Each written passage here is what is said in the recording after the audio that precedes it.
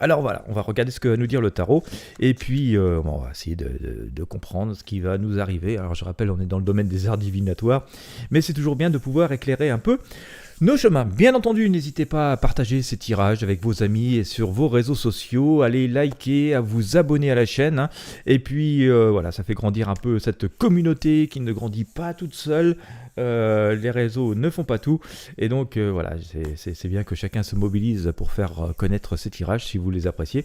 C'est ce qui assure aussi en partie la mobilisation de chacun, leur survie. Voilà, de plus en plus compromise, hein, il faut bien le dire également. Allez, c'est parti, je prends le tarot de Marseille, je mélange les cartes, et puis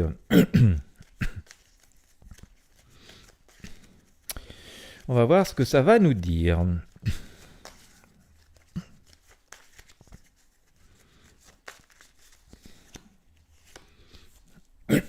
Ah, ben.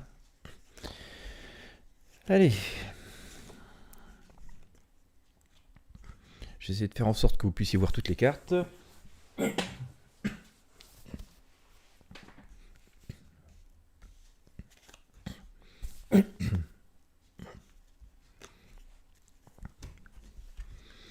Alors, bon, bah écoutez, les premières cartes sont pas forcément les plus sympathiques à regarder.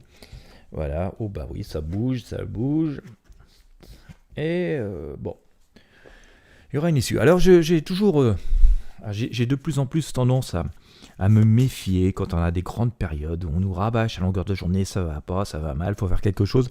Parce que les années m'ont appris que souvent ça cachait d'autres choses, et que ce qui m'a aussi motivé à faire ce tirage, c'est ma crainte. Alors je sais pas si c'est justifié, c'est ce que j'essaie de découvrir.